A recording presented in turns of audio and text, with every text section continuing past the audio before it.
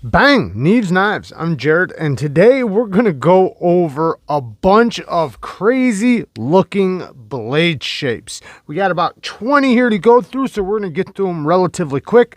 This is the Arcane Designs Crawler. I did do a review on it.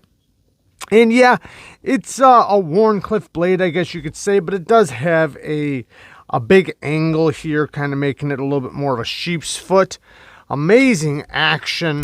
I believe Riat builds these, if I'm not correct. But yeah, great action on this. And it is well built. High-end materials. We have M390 titanium. Super duper smooth. But yeah, the Arcane Designs Crawler. Arcane Designs is kind of known for doing a little bit of the, I don't know about futuristic, but kind of them wicked looking designs. Let's get to the next one.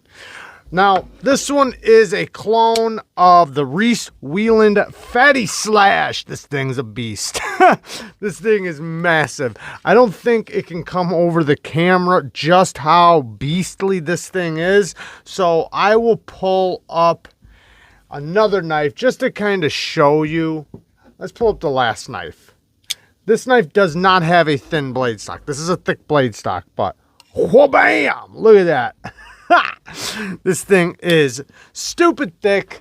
Very cool though. Very awesome. Very fun. It will take your finger off. It is a guillotine, but it's pretty cool. And there is a custom version of this knife. This just happens to be the clone. I think these things are like 50 bucks, but very cool still. And yes, it is very heavy for a knife, and it's all front end heavy, you can imagine. Next, we got the Kizer Horn. Now, I did take the flipper tab off of this one, but I'll tell you what, that was my fault. For as crazy as this thing looks, it's pretty awesome. I do like it. I like the micarta. I love the action. The action is really, really good on it. The reverse flick is really good. You do play with the detent just a little bit right there, but you can hold just a little lower and it'll be past it. But just a cool looking, or not cool looking, just a cool blade though. It does work really good. It is relatively thin. It is a good slicer, but man, is it ugly. But I think that's what makes it kind of cool. You know, I mentioned it before that it's kind of like a bulldog, you know, but yeah, very cool.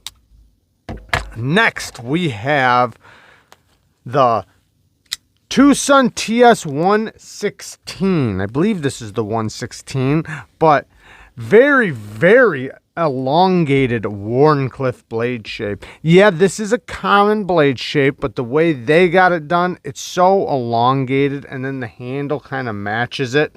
So when it closes up, you know, it's kind of like a teardrop, but still very cool, very useful, and you can use that choil. It is pretty slicey. This one happens to be in 14C 28N blade steel. Great action. Cool knife. Oh, looks like I gotta turn the pivot a little bit on that one. Next, we got the Kooby Ant Eater. Now this is a hawkbill blade, S35VN, titanium handle. Very beefy, but very cool blade shape, and it is actually a pretty useful blade shape if you know how to use it. You know, it kind of traps the materials like a claw.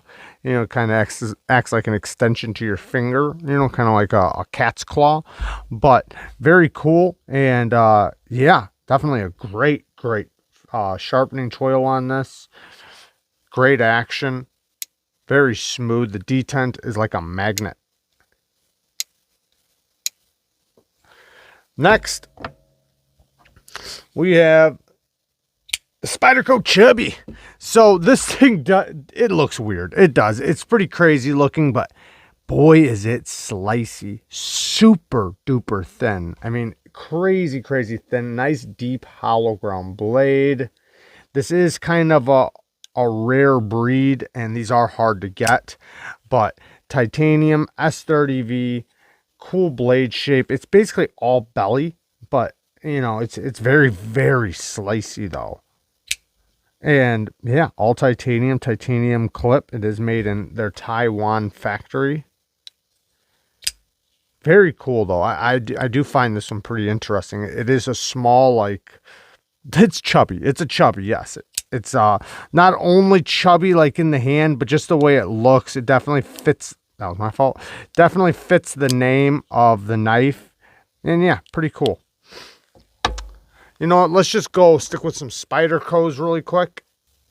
The Spyderco Mantra 3. Now, this is mostly about the edge. Because if you look at the edge, look at this thing. It goes all the way back here. And then instead of giving you a sharpening choil, they just went with it. So, and when you're holding it, you tend to want to hold it right there, which is like halfway on the edge.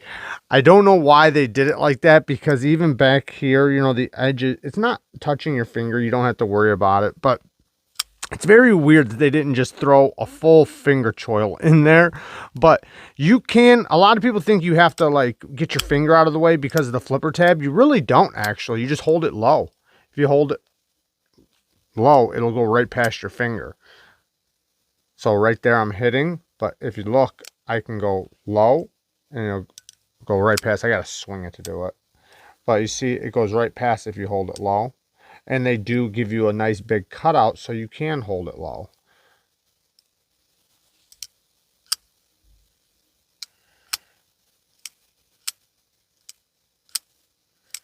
But a lot of people's fingers might be a little too big, but in that case, you just get it out of the way. It's very easy to do.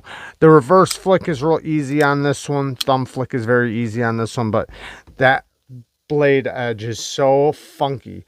Now, however, I will say this. If you hold back here, it actually is very useful because you never have to worry about, you can actually use this finger guard right here. So what you can do is you can just put the material there and start cutting, because what happens is it traps it into the edge and it makes it to where you never have to worry about hitting a sharpening choil. If you know how that feels, like when you're cutting and you get caught up on the sharpening choil, you never have that problem with this. So it's all cutting edge, which does benefit you when you are doing repeated cuts. So next little Spyderco, the Spyderco MCB. It's basically just like a little tiny razor blade, but it is cool. The Spyderco MCB CTS XHP steel. It is a frame lock, as you can see. Nice little clicky detent. You can actually flick it if you're good, but it's not easy. Let's see if I can get it this time. Come on, I don't want to, don't fail me on camera. Bang, got it.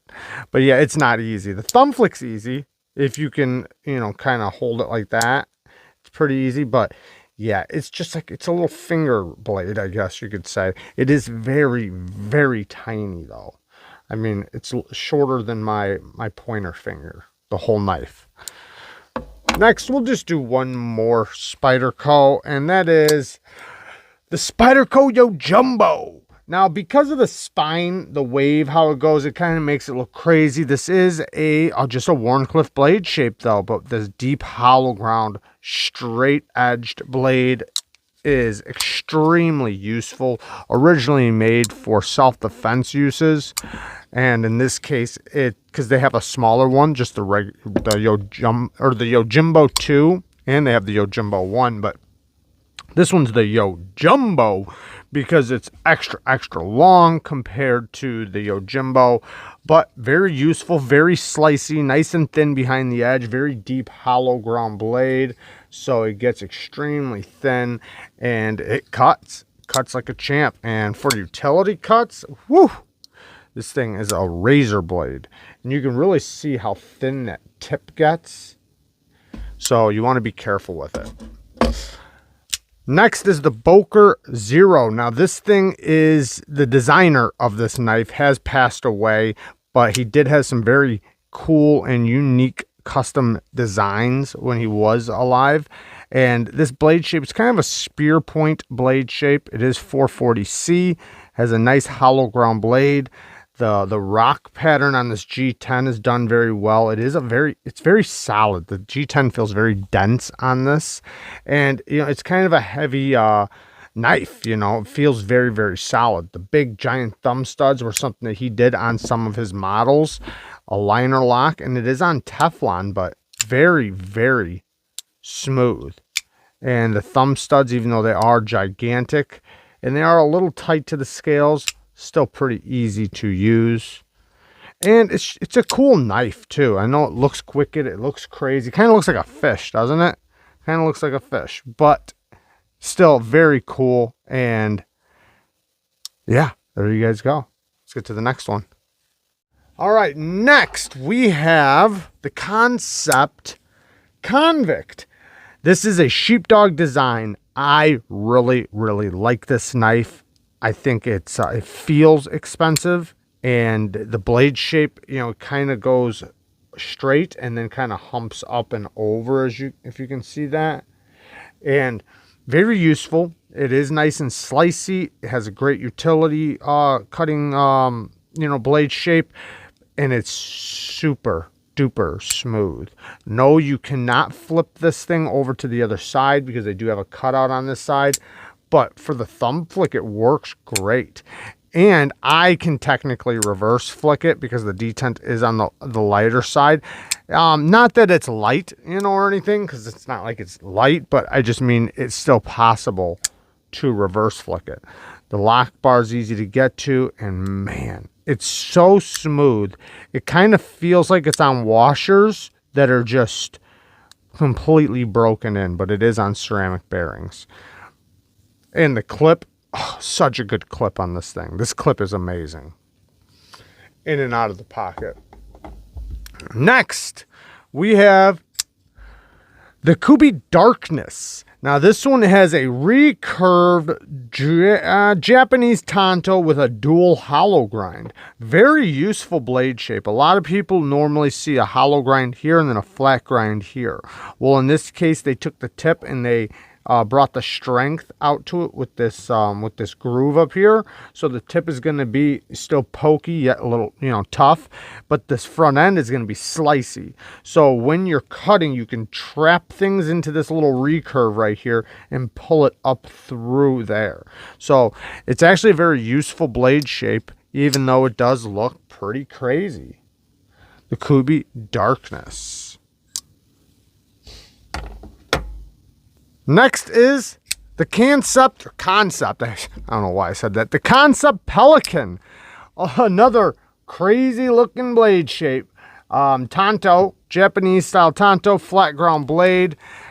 Very, very well made. The thumb studs work really good, and it's actually really comfortable. This swell right here feels really nice in the hand like this. And this handle, even though it's not, it feels very neutral, which I do like. So it is pretty cool. I do have a review up on this guy, and the detent action is really, or the thumb stud action is really nice on it. It is very snappy, and you can also reverse flick it. You can get it in these cool little pinch grips to use the front end or the tip. The action is very smooth. Yeah, cool knife. S35 VN and titanium. I'm going to try to link as many of these as I can below. Some of them I'm not going to be able to, but a lot of them I will. Quest Custom Gent. Now this one, they don't make these anymore, so I really shouldn't be pulling this up, but there is a couple models up here that are probably discontinued. But the Quest Custom Gent is an awesome knife. I don't think Quest Custom is making knives anymore. I'm not sure completely about that, but this was one of their cool knives. And it does have a weird name because it's not a Gent, and it's not a Wharncliffe. It's a sheep's foot, but whatever. The action's really good on it. The inlay work is really nice. The ergos are fantastic. The detent is nice and tuned very strong. The jimping's really nice. So yeah, very cool knife. And you can not reverse flick it, but you can thumb flick it. Not the easiest. Nice deep hollow ground blade, but as you can see, this blade is kind of weird looking, but still very, very useful. Let's bring out some TWOSUNs. So we got the TWOSUN TS116. TS229. Yeah, 229. Now this one has blown me away. I do have a review coming up on this one very, very soon. It is a wicked looking blade shape, but man, this thing is so well done. Even if you're left-handed, this would be a great option for you because it's very easy to reverse flick it because they have these inlays. They cover the lock bar. And if you look at the milling, it's beautifully done. And it's also a front flipper. Now the blade shape is, I wouldn't think it would be as useful as it is, but it is very useful. I took it to work. I was using it at work, and it's very comfortable in the hand with these grip that you wouldn't think is neutral, but it winds up working out really good, man. I actually really think it's very comfortable, at least in my hand. But the blade shape for slicing and cutting, and it works really good. I mean, it's not going to be the best utility cutter unless if your utility cuts are not very deep, then you can use the secondary tip or the primary tip. And because of the buoy style blade shape, kind of, you can lift it up and get right to the tip without having to go really too far up. But fantastic build, man. This one really blew me away, and it feels very high end. It really does. And the clip, one of Tucson's best clips in my opinion. The Tucson TS229. Okay, we'll call this the last, or you know what? No, we're not. Next, we have the Bestech Goblin. Now this one, the whole thing looks crazy, but it actually is very comfortable in the hand when you hold it like this. You do not hold it like this. That just doesn't work out, but they give you a very generous finger choil. So it's actually pretty comfortable. The flipping action's really good on it. It is very drop shutty. This one has carbon fiber and then a titanium frame lock. And this one is very easy to reverse flick as well. Nice little Wharncliffe blade shape that kind of acts like a claw as well. Very useful little blade, but it is small and compact. But the Goblin, though, man, it looks like a Goblin, doesn't it? It's definitely a weird looking knife, but very, very useful, though. It's still a very cool knife. I don't know if I can reverse flick it left hand. Bang! I did get it. I didn't think I was going to be able to. Nice clicky detent. We'll make this the last one. The Tucson TS235. Now, this thing, obviously, the blade shape says enough. This thing is so crazy looking. It has a recurve Tonto Persian blade. It's all of the above. A recurve Tonto Persian. And it is in some sort of brown micarta. I don't think the micarta is great quality on this model, but the action's really good, even though the flipper tab looks weird. Everything looks weird on this, but the action winds up being pretty good. And I haven't used it yet, so I will do a review on it. But yeah, this is not going to be very expensive.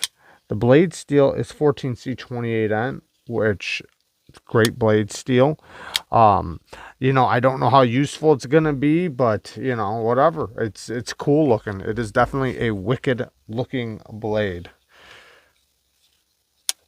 Nice and, it's pretty smooth. Let's check it out. Yeah, it's pretty smooth. Tucson does a great job with their bearings, and Tucson does have some wicked looking blades, but they also have some regular looking blades. They have a lot of very useful blades and blade shapes, and then they have some crazy looking ones. So that's why I always say there's always something out there for you from Tucson, because they do so much that it's hard to say there's not one out there for you. But there you guys go. I love you guys. Thank you guys for watching. Peace.